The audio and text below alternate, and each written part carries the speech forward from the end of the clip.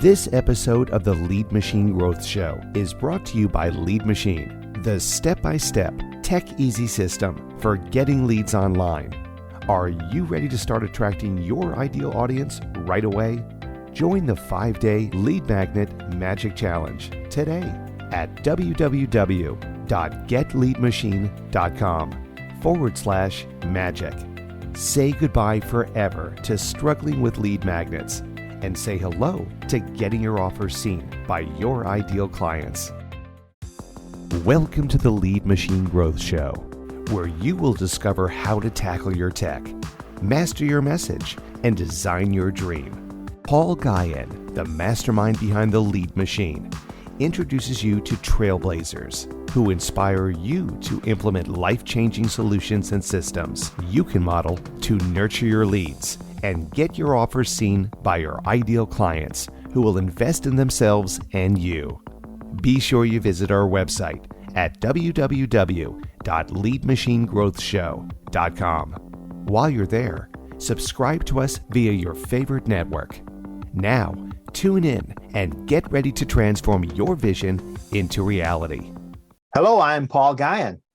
I'm the Lead Machine Coach, the host and creator of the Lead Machine Growth Show, the Lead Machine Coaching and Mastermind Group, and the international best-selling contributing author of Journeys to Success, Volume 2, and also the Food to the Rescue Cookbook. Welcome to the show, and thank you for tuning in. Today, we have my friend and a very special guest, Adam Hommey. On a personal note, we first met at Jim Palmer's mastermind, and we hit it off immediately, probably because we're a little bit on the nerdy side. And we met face-to-face a few years later at one of our mind capture boot camps. He was a speaker, and he crushed it. And that was when we really bonded, and I've even got some pictures to prove it. And we had a good time. That was a really, really good event. And most importantly, though, he's my friend, mentor, and fellow cat lover. So in this episode, he's got his cat with him. In this episode of the Lead Machine Growth Show, we'll discuss how to launch your podcast fast and grow your podcast with ease. And our guest expert will teach us how launching and hosting your podcast is a key networking, client attraction, and celebrity expert branding tool, puts reciprocity up front and builds friendships, real friendships like this one, that accelerate you to know through the know, like, and trust continuum that the offers you make come across as imitations from a trusted friend rather than a sales pitch, which is awesome. So before we dive in, let me give Adam a proper intro. Adam Hommey is a speaker, author, trainer, and consultant with nearly 20 years of experience helping entrepreneurs like you win at the game of business and marketing so you can thrive from your intersection of brilliance and your passion while making a difference for your community, market, and audience. As the creator of the podcast Reach System, Adam helps you create and launch your podcast as your key networking, client attraction, and celebrity expert branding tool, as I just mentioned. Adam is also the author of Groundhog Day as an event, not a business strategy, and it's a really good book. I have a question about that book later. And he's also the contributing author of Journeys to Success, the Millennial Edition, both international Amazon bestsellers. He has spoken on scores of podcasts and stages around the country for many years and is a sought-after expert on topics related to launching your podcast, hosting your podcast, entrepreneurship, business creation, communication skills, and also cat loving. He's really good at that. He's got his cat right with him. What cat is that with you? This is Princess Stella Juliana, and oh my goodness! See, the temperature here in Las Vegas just abruptly changed. Our spring came really late, so we went from it being like 55 as a high to 90 as a high, and her shedding of her winter coat has gone into high gear. Okay, and so that's why Adam calls known to some as, at least him, the hottest city in America. And so today it sounds like it might be. Not quite, but finally it's nice enough to sit outside. Yeah. Well, that's cool. We went for a walk today in the park. Adam's interests include reading history, cigars, cats, 80s music, vegan recipes, NLP alternative history scenarios, and the novel he's been working on for the last 30 plus years, that he may finish it if things slow down, which we know they won't. They won't. And Adam, just before I bring you in, you like 80s music? I have an 80s rock band. It's called Twisted Finster. Okay. And we have our reunion show tomorrow night. And our opening song is called I Wanna Rock by Quiet Riot. Oh, I remember that one. That takes me back to my grade school years. Yeah, no kidding. So Adam, welcome to the show. Thanks for coming. Paul, it is so great to be here on the Lead Machine Growth Show. I love what you're doing. And what I particularly enjoy about your method and your message is how it appeals to the person who looks to keep things simple and looks to focus on the results of their marketing. I've had a chance to check out the Lead Machine process a little bit. And what really strikes me about it is how it's actually friendly toward the person who doesn't want to get overly techie, but at the same time has that, let's just call it what it is, nerdy curiosity to know how the engine works. Yeah. And they also struggle with the tech and they don't really understand it, but they know they're at a point right now where they've got to have the lead. Everyone says, get a lead magnet. Yeah, put up a lead magnet, grow your email list. And they go, how the heck do I do that? I don't know how to do that, but I know I need to do it. What's the process? And so that's what I lead them through. And we've had some good success there. Yeah. I mean, I know some of your clients and I've seen some of the stuff. I might have run across something maybe 2 weeks ago. I can't remember who it was, but I looked at their stuff and I'm thinking, oh, and I know they know you. I can't think of the name right now, but I know they're a friend of yours. And I'm just thinking, oh, they got to be one of the Lead Machine clients. If I think of the name, I bet you I say it and I bet you they're one of your clients. No. Yeah, that could be. All right. So are you ready? Let's dive in. Oh, born ready. Let's go. Okay. So how does launching a podcast help entrepreneurs, coaches, and solo entrepreneurs grow their businesses and gain even more speaking opportunities? I know this is a softball question for an expert like you.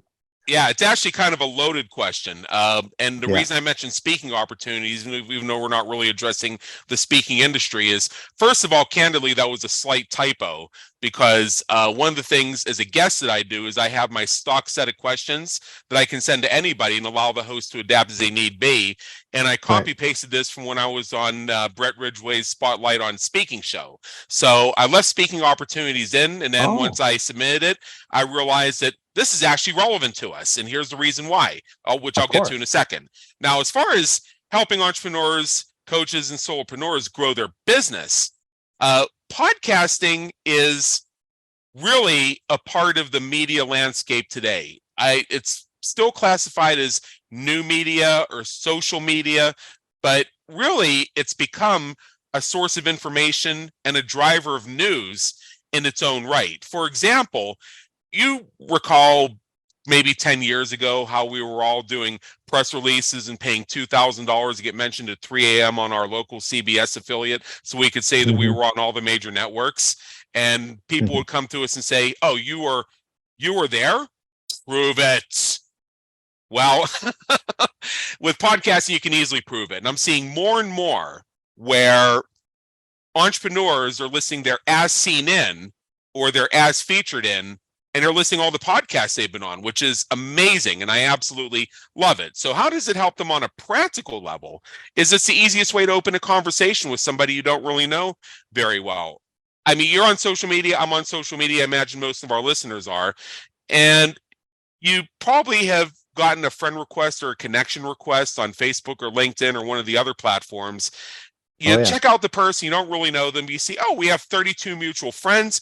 Oh, I see so-and-so is a mutual friend. Oh, they know Paul Guyon too. You know what? I don't really know them, but I'll take a chance. Except 10 seconds later, you get this thing in your direct message inbox is about this long. That's basically me.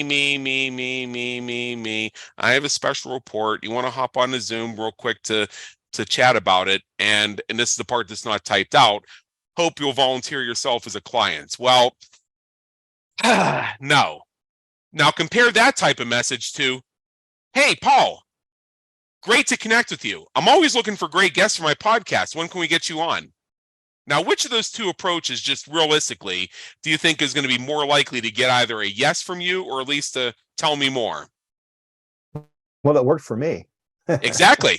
Exactly. Yeah. And even though we had known each other for many, many years, one of the things that reconnected us was 2 years ago when I launched the Brilliance Plus Passion Project as my own networking, client attraction, celebrity expert branding tool in the form of a podcast, that you were one of the early people to join it. And I was using it as a vehicle because I had hundreds of people that I wanted to connect with, but I didn't want to do 1,000 virtual coffees or anything like that. I was thinking, let's do something a bit more remarkable and a bit more mutually beneficial. And I was so honored that you were one of the early guests to come onto that. And it's funny that almost all of the members of my program, which is called the Podcast Reach System or Launch Your Podcast Fast, were originally guests on that show. I also take it as a point of pride that even before we officially launched the show, I already had paying clients as a result of it. And one of the things I love about podcasting is how you can start a podcast. You can start recording your episodes before you officially go live. And you can even get clients who are paying you before your podcast goes live. Now, I don't know a better return on investment than that's legal. So as far as speaking, here's what I love about podcasting. One of the ways that we see people get on podcasts is they'll send a pitch letter and a one sheet, and the pitch letter will typically say something, hi, I just happened to stumble upon your podcast and I found it very interesting. No, you didn't. You did a Google search for podcast on keyword, and mine was one of the ones that popped up. Or if you're an agency, believe me, your agency already had a list of podcasts, so you paid somebody to make one. I don't buy that for a second. And then if you submit just an email or a one sheet, but maybe you're not exactly what they think they're looking for, they being the host, they may reject it out of hand. Now compare that to hosting somebody on your podcast and you've already had a chance to interact and you've already had a chance to have a conversation. What do you think the chances are that you can then say to as a guest, say to your host after you finish the recording, hey, I was wondering, just as a way of further showing my gratitude for giving me this opportunity, I would be honored if I would have the chance to return the favor by coming to your show and sharing with your audience. Would you like that? And I've gotten a number of bookings on podcasts for topics, sometimes even outside of my primary professional area, just things that I've wanted to speak about, wanted to share about. And it's the fact that I had the connection with the host. I'll give you one quick example. Andy Grant of the Real Men Feel podcast. I had him on my show, and he was one of those people I wanted to reach out to and connect with when I started the Brilliance Plus Passion Project. I interviewed him, just like I interviewed you. And then he and I, just through the course of our conversation on the podcast, I realized that this might be a great opportunity to share with his audience some of my views on some of the conflicting messages we get that make it difficult for a man to be a man. And I've been dying for an opportunity to share that. Now, if I'd approached him just off the transom and he'd seen my one sheet, had checked out my website to say, well, this is a podcast about real men feel. I'm not looking for a podcast guru. I'm not going to book this guy. But since I had a chance to speak with him, we could show each other that I would be a fit for that. So what's really great about podcasting is a combination of, now we're speaking about the speaking opportunities, a combination of reciprocity placed up front and having the ability to build that personal connection that can get you bookings that might be completely unattainable by cold outreach or even working through an agency. Wow, that's a great formula. And people were just asking me today how they can get how can I, now that I've got my lead magnet, okay, I've taught them how to do that. How do I promote it? And so this is what I'm teaching them. I'm teaching what you're teaching, but what are some really great ways of getting your lead magnet out there? Another softball? Well, we can work with that. So first of all, through the Launch Your Podcast Fast system, which is my system, we have our clients, of which you're one of them, record 30-second-ish commercials to promote some area of their own business. Now, there's a couple reasons why we have our clients do this. One of which is, among the many ways you can monetize a podcast is by attracting sponsors and advertisers. Now, there are hundreds of thousands of podcasts out there and so many sponsors and advertisers to go around. And the reality is that many podcasts, as far as listener and download statistics, the coverage they actually get in terms of publicity and influence far outkick the statistics. There are some podcasts you would think are some of the leading podcasts in the world that get a few hundred listens a month. It's just the publicity that they get through the viral marketing component of it. And so many of their guests credentializing themselves by saying, hey, I was on so-and-so's show, to give them the notoriety and the presence that far exceeds what they're actually doing statistically. So, however, advertisers and sponsors will tend to want to look at those numbers. But at the same time, an advertiser or sponsor may say, well, I'm in a narrow but deep niche, and this one particular podcast seems to have influence there.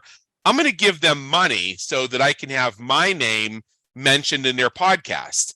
So that's a way to attract sponsors and advertisers. So I encourage our clients to do that, including you, so that a potential sponsor and advertiser could come along and see that you're putting in commercials for your own stuff and say, well, I wonder if Paul would run a commercial for me.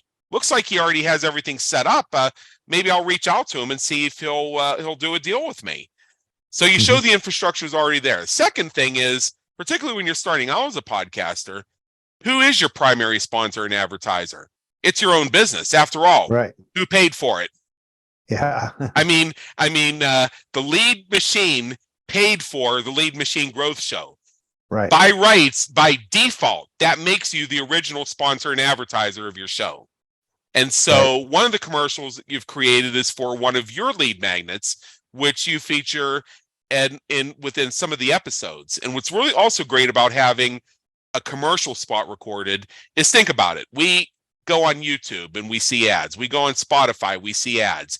We turn on our cable TV, which originally was conceived to not have commercials. And look, you have ads everywhere. We're conditioned to the idea of accepting advertising in exchange for not having to pay for everything. And sometimes for only having to pay a little bit, whereas we might have to pay a lot more. So by sharing that, it gives you an opportunity to promote your lead magnet. And then third is selling without selling. Podcasting is not the type of place where we want to do hard sells. However, you can run a commercial. So the commercial is the piece of it. You carve it out and you say, this is me. This is my business. This is where you can learn about my challenge. This is where you can learn about my lead magnet.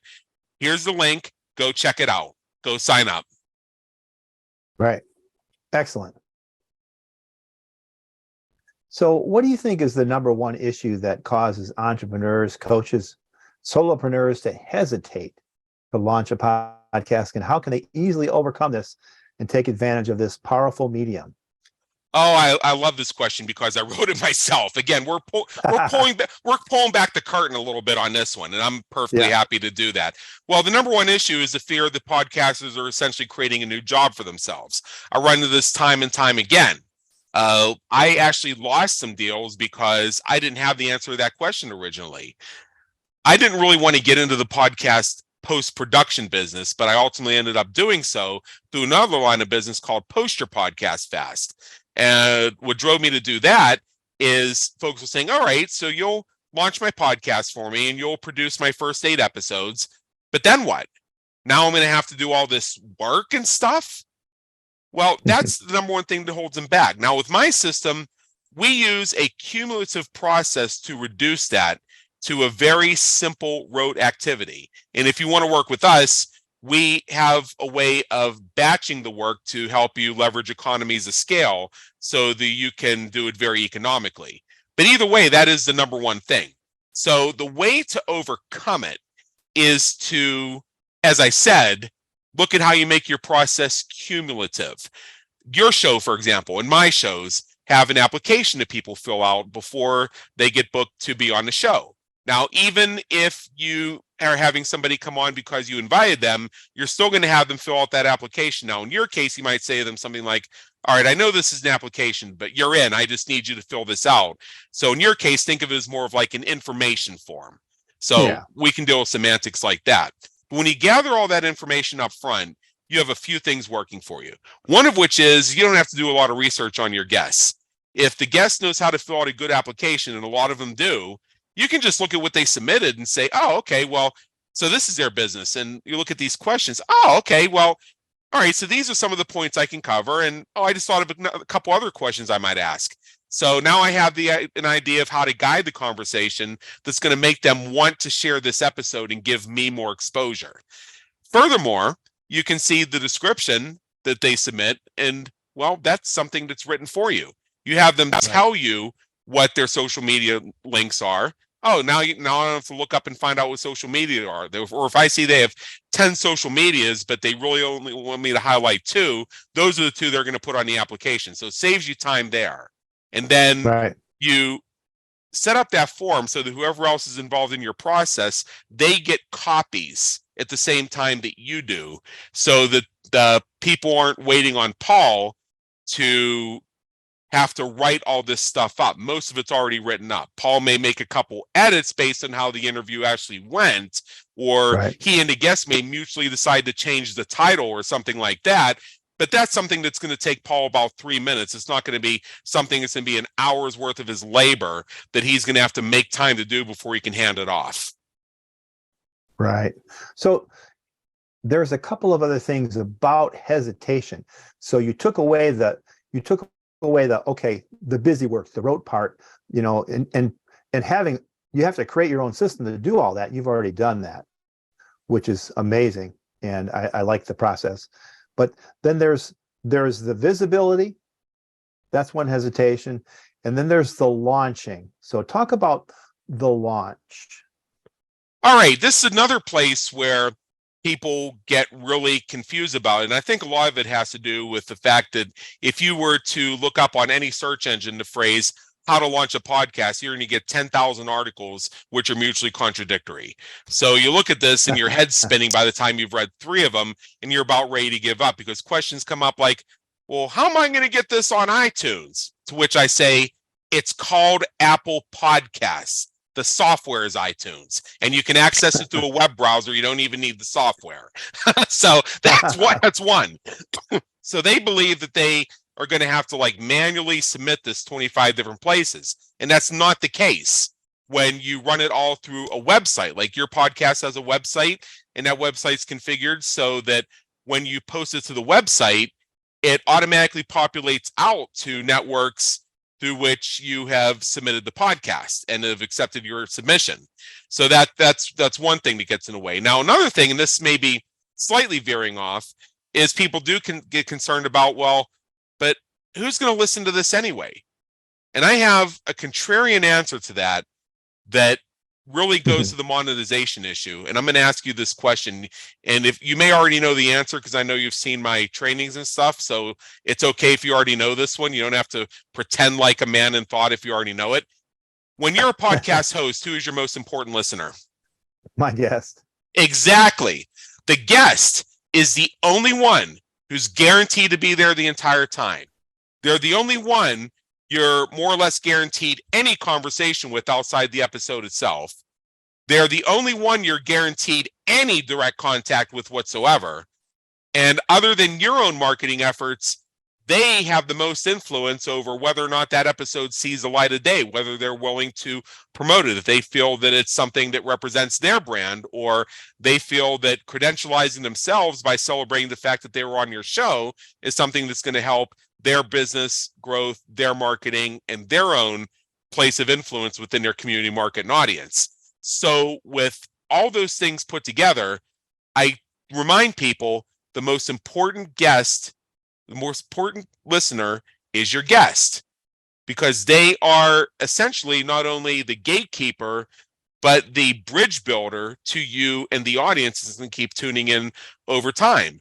Now, I have 2 podcasts, and the third one is going to be coming out fairly soon. And the 2 we have right now, they don't have the largest audiences in the world, but they have a very devoted audiences. I have people who tune into every single episode. I go down to the cigar shop and I have acquired a few fans there. So I walk in. Oh, this is another interesting point that may take away some of the number one issue. So I'll walk in, and one of them, and it's usually Bill. Hi, Bill, if you're listening, because I know you are. He'll say, "Hey, Adam, I saw your podcast today. I really liked it." And you know what I'll say to Bill? I'll say, "Cool. What'd you like about it?" Why do you think I ask him that question? Well, because you don't know which one he heard. Exactly. Other than selecting my guests and doing the interviews, I have no involvement in it whatsoever. And my process makes it so that nobody else really has to do a whole lot of heavy lifting on it either. So what's really great about that is any further communication between myself and my guests is going to be based on whatever relationships I form between myself and them. My consistency in following up, their interest in keeping in touch with me, and vice versa on both. So it seems as though you're more interested in the guest and curating and selecting the right kind of guest. Either in my case, I'm selecting guests that can add value to my clients. Yep. But also that can possibly help distribute my message to their clients. Yeah, and showcase them. Yeah, you've seen the podcast reach video training series, and you may be familiar with one of the modules where it has you make a list of 20 people you'd like to interview. Yeah. And some of the criteria for selecting those 20 people are: who would you like to have as a client? Who do you know somebody who you'd like to have as a client who can make an introduction? Who has an event where you might like to be a speaker on their stage? Who knows anybody who you'd like to connect with and can make an introduction? So you base it upon those factors, and there may be one or two more, but those are the four that most commonly come to mind. And that gives you some guidance over how you can develop this thing over time. And as I said before, and I'm going to make one more point about statistics. First of all, I'm going to repeat that many of these podcasts you see all over the place that seem to be very famous, in terms of the public perception of them, it way outkicks the actual statistics they get. But here's another funny thing from looking at statistics. I've seen folks who bring in celebrity guests like, oh my goodness gracious, this is the one that's going to make me because so-and-so is going to be a guest on my show and everybody's going to tune in for this one. And as far as the actual results they get from that in terms of statistical listeners and downloads, flatline. But then they'll interview this newcomer, this quote unquote nobody. And then that episode goes out and holy moly, they're getting 500, 1,000 listeners. And then they're getting people coming to their calendar and booking appointments. Like, whoa. Yeah. Well, there's actually a reason for that. Is when you have people who already have large platforms, sometimes they're on so many different shows, they just simply can't promote them all. However, somebody who's really in the trenches, is really in a building mode, is looking to credentialize themselves every way they can, and they'll actually roll up their sleeves and shed blood for you. Yeah. So there's the sort of, I guess you would call it viral aspect of this thing.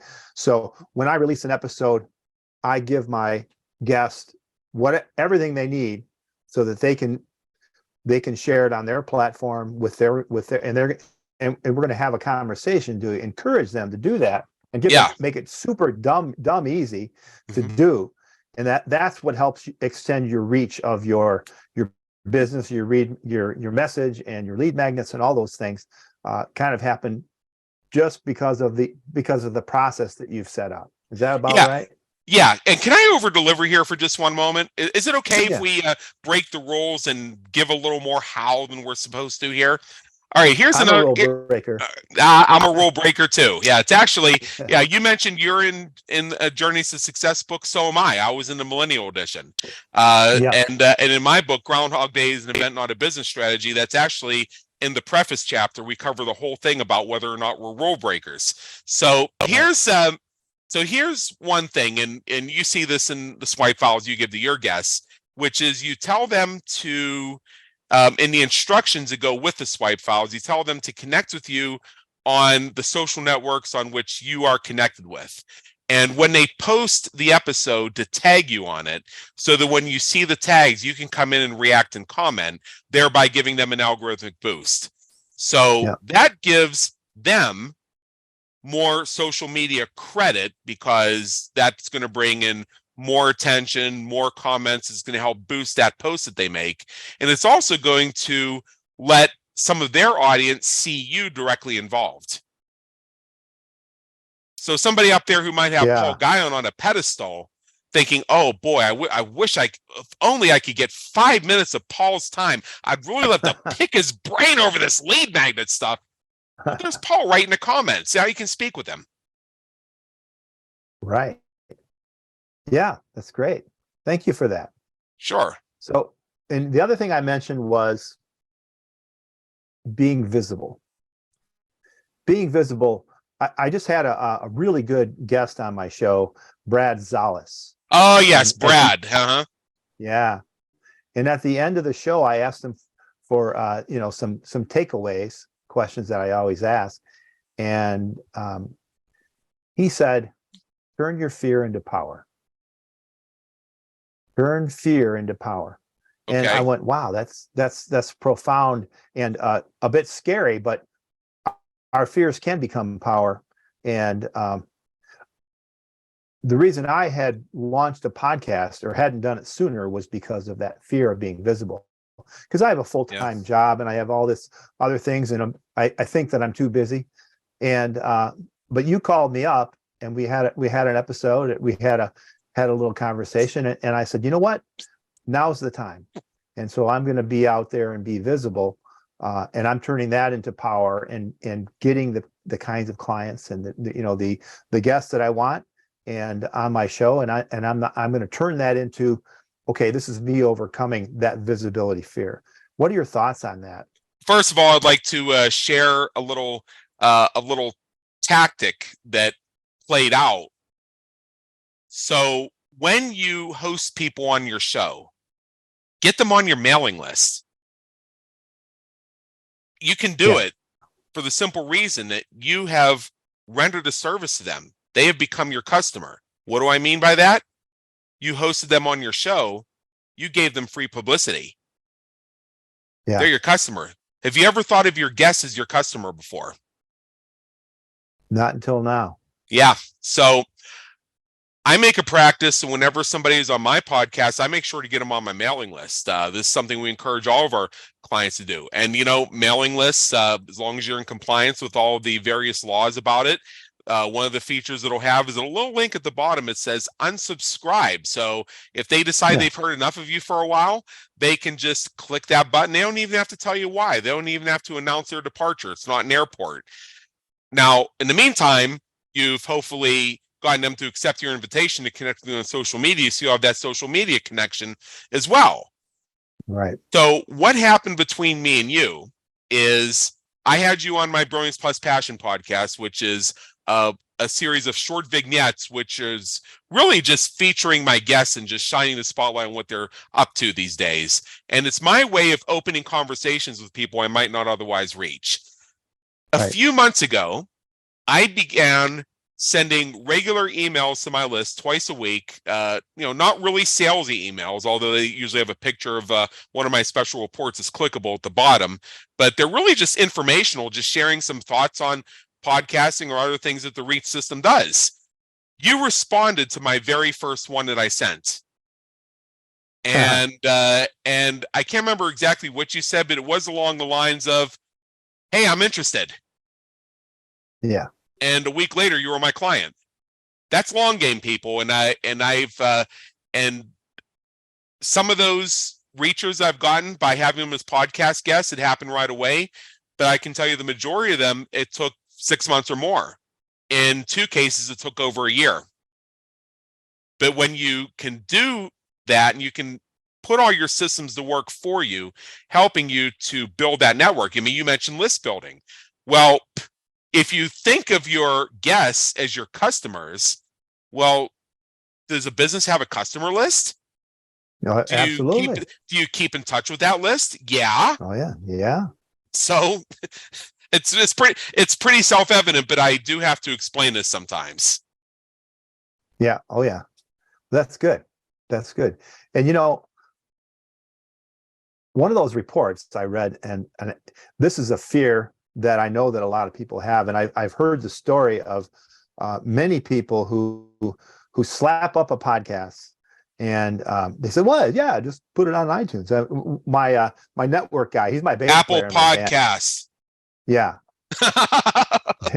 yeah. He says, "Well, yeah, I'm doing a podcast," and I said, "Well, you really should have these things in place." And he goes, "Oh, I can do it myself." And I learned this from you.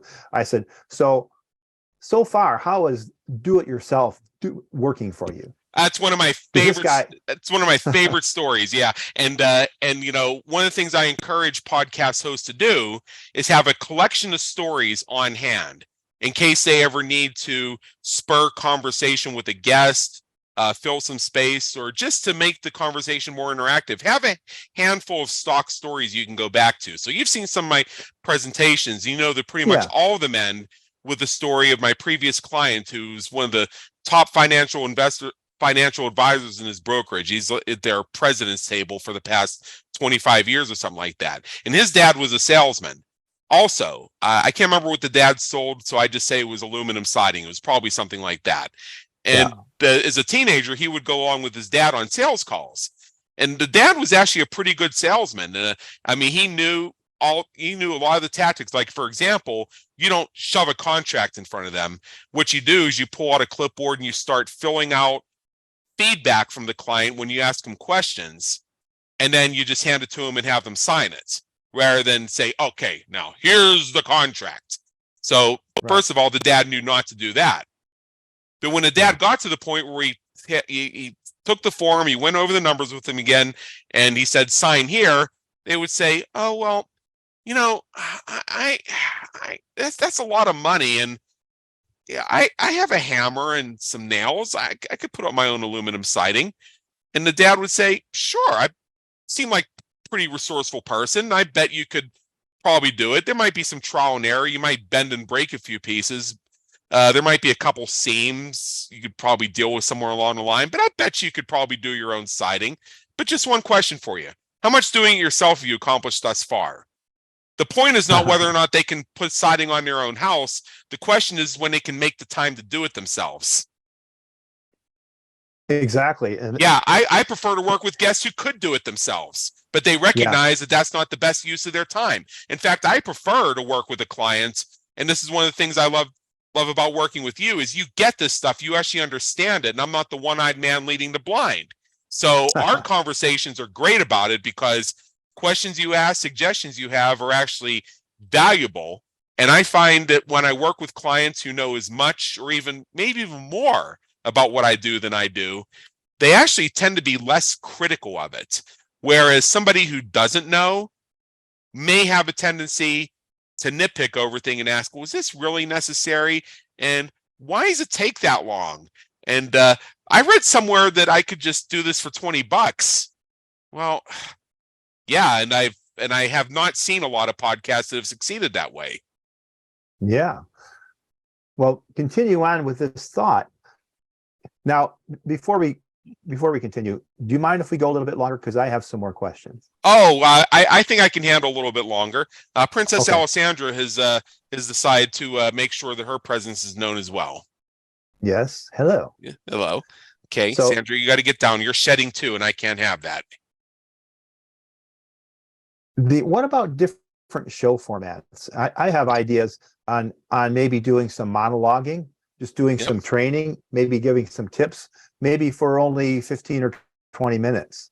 I also was inspired by your Brilliance and Passion podcast, giving maybe an up and coming.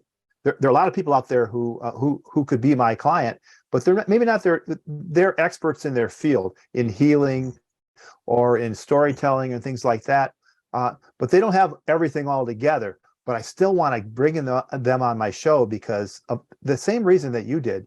These are potential clients, but they're also, maybe they're already my clients, but they need exposure, and they've got a great story. So I was thinking about doing those kinds of things. Is it okay to mix them up, to mix Yes. your episodes up? Yes, there Yeah. are a number of ways you can mix things up. One of our clients, Tracy St. Croix, who's the host of the Haunted Road Trip show, does a Yeah. combination of her own monologues and interviews with guests. So that's one example right there. Uh-huh. And here's another example I find very interesting. He's not one of our clients. He's a friend of mine. His name is Jeff Herring, and he's the host of the Content Profit Show. So for some of his episodes, he actually charges money to the guest to be on the show. It's not a lot of money, but there is a financial remuneration. Now, the reason for it is it's not so much an interview as it is a coaching session. Where what happens is he will actually look at their content and improve it for them in real time and invite the audience to join in. Oh, so think about a combination of doing your work and gaining publicity from it. Yeah, I can see how that would work. Yeah, so that's another idea. So if you so let's say you have a guest or somebody you want to interview, and they may not, quote unquote, have all their stuff together. Right. You could create a segment within your podcast, or even do a separate podcast. It's just that one thing, up to you. And what it could be is somebody participates in a very specific organized process. So they don't really have to bring anything. They're going to just fall into your format. The Brilliance Plus Passion podcast, which you were on, is actually that type of thing. These are short conversations I use to connect and reconnect with people. I don't ask for the same information to be on that show as I do on my Business Creators Radio show, because the guests on Brilliance Plus Passion are going to answer the same 10 questions. And since we're pulling back the curtain here and sharing some of the secrets, some of those questions which folks have looked at and have had questions about, like, for example, where I ask the one about what famous person would you like to meet, or the one about if there's one thing that happened in your life, one thing you've done, one thing you've experienced, you would do differently. Those, and then there's the other one of what would people who know you be surprised to learn about you? The reason I ask those questions is because that's me gaining a sense of how they might be as a client. I want to see how they would respond to certain opportunities, how they respond to situations, how they view adversity, challenge, and success, and also get a flavor for their overall personality and the level of synergy. Wow. So the first part of that show is the question of how does the work you do help your community, market, and audience? What is the product and service? What are the frequently asked questions? And what are the questions you wish people would ask? Now, that fourth one, what are the questions you wish people would ask? That's also very strategic. And the reason I ask that one is because it gives me a sense of where some of the gaps between their current position and their success may be. And if I feel this is someone that I can help either through a podcast or maybe some other thing I launch along the line, now I have an idea of where I may be able to be of service to them. So, for example, when I go to networking things, here's one more story. This is a few years ago. It was one of Bill Walsh's ultimate events here in Las Vegas, and the night before the main event, he has a party in one of the casino lounges here. And I remember getting there once. I didn't really know anybody, and the person I was supposed to meet there was running really late. It was really dark and it was noisy, and my limited introvert energy was sapped by the time I got through the door. And and I decided after 15 minutes I just couldn't take it, and I was walking out. So as I was walking out, I walked by where the bar was, and somebody tapped me on the shoulder. Somebody I didn't know, and said, "Hey, so what do you do?" Now, we're doing this PG-13, so I'm going to allow our listeners to infer what I mean by what I say next. I looked him dead in the eye and I said, "What does it matter?" And he said, "Whoa, but you have a point there. Why would somebody ask a question like that of a random stranger, like I just did?" Yeah. Well, I ended up staying for like an hour and a half because I hung out with him and his business partner afterwards. So I ended up getting the networking opportunity I just about walked out on, and a friend of his became a client of mine. So the point I bring up with that is we do these networking things where we exchange the "what do you do" question. And when somebody asks me what I do, I try as hard as possible to not answer that question to a complete stranger. And here's the reason why. Doesn't matter what I do until I know what they need. I want them to tell me more. If launching a podcast is going to solve their need, I'll tell them about it.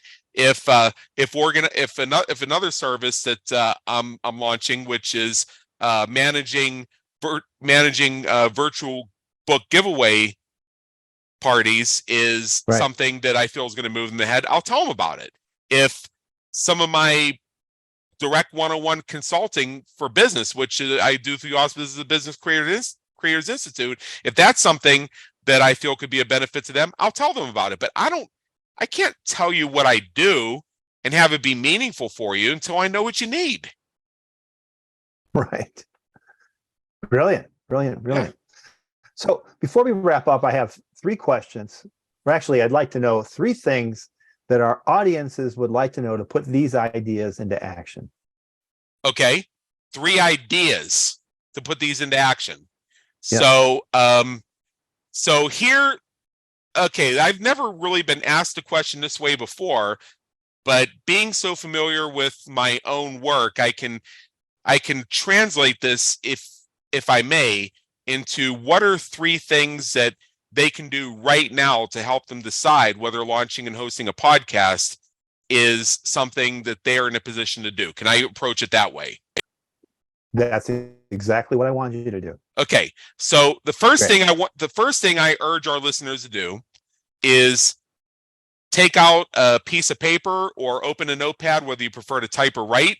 And I want you to make a list of 20 people who could be clients you wish you had, people who control masterminds you'd love to get to know, people who have podcasts you'd like to be on, people who know people you'd like to meet.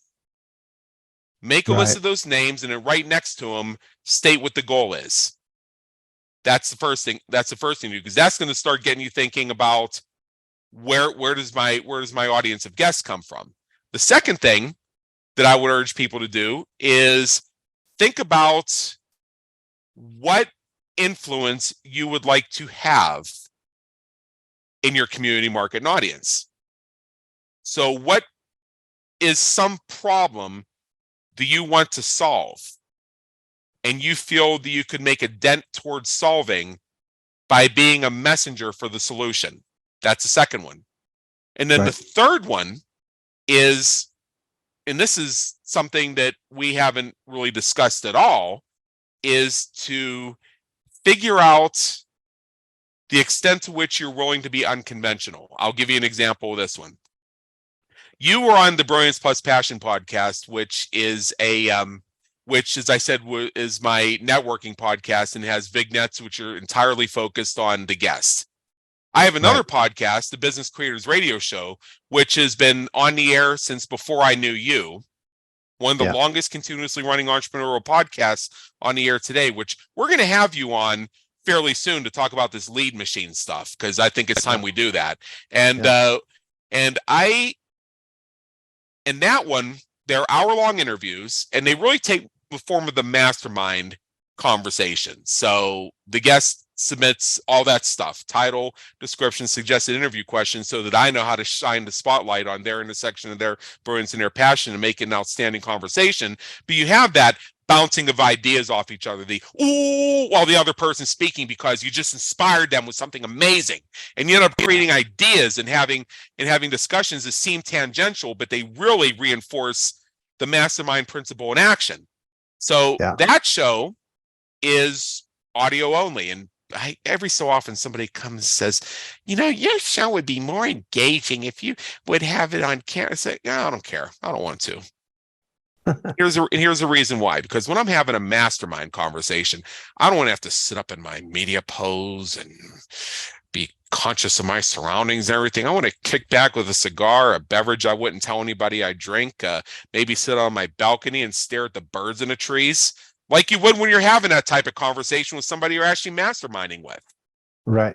Yeah. And this is not just my own personal predilection. This is backed by two areas of science, or statistics. The science is that prolonged video conversations actually debilitate the ability to communicate, because when you have a partial view of somebody, it removes the full feedback loop from body language and nonverbal communications. Like, I know we're recording this on Zoom video. I have the video downsized. I don't see you right now, because I'm actually looking at my LinkedIn profile, believe it or not. And the reason for that is I don't want to be distracted from my communication flow by only seeing your head and shoulders. I need to see your whole body for that. Now, the other piece of it is statistics. I check in time and time again to see what my listeners are doing while they're listening to my podcast, and I hear predominantly over and over again that they're listening to it while they're doing something else. So why would I worry about having a camera view? Yeah. That's my Good own point. personal choice. I don't impose that on anybody.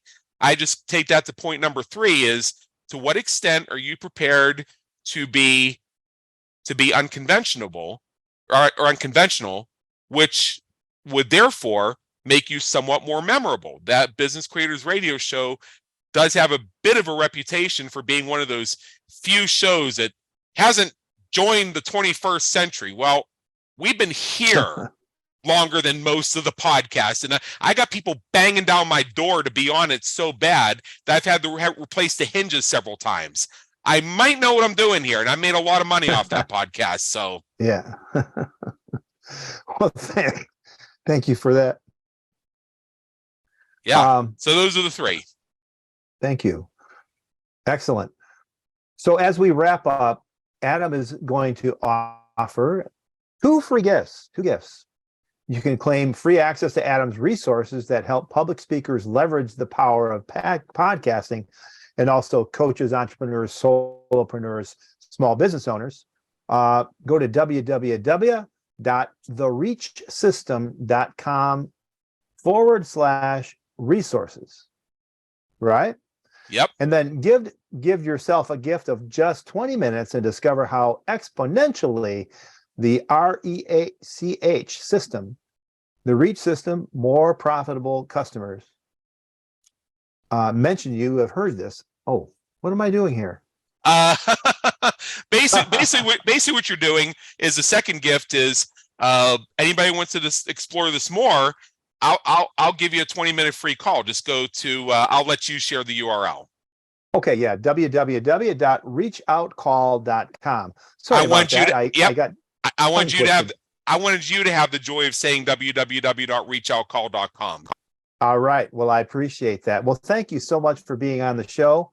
I appreciate your time and your kind words, and it's been a pleasure. And remember, faith and action go hand in hand. So keep the pedal to the metal. And until next time on the Lead Machine Growth Show, I'm Paul Guyan. So long for now. See you next time.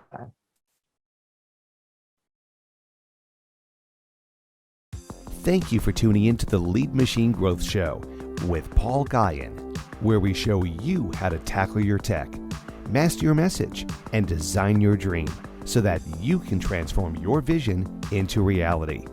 Remember to visit our website at www.leadmachinegrowthshow.com and enjoy even more great episodes like this one. Again, while you're here, subscribe to us via your favorite network. We look forward to seeing you next time on the Lead Machine Growth Show.